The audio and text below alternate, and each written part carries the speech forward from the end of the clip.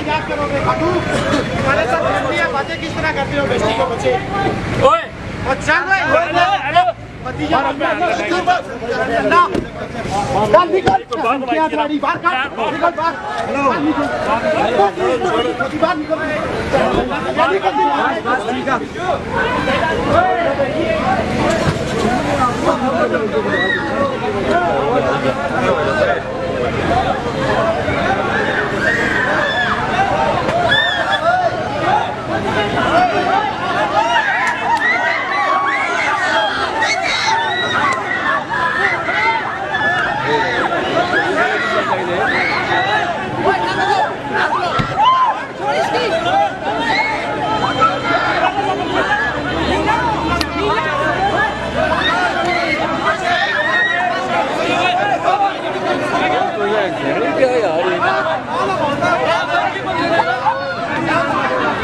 करूँगा कुछ यार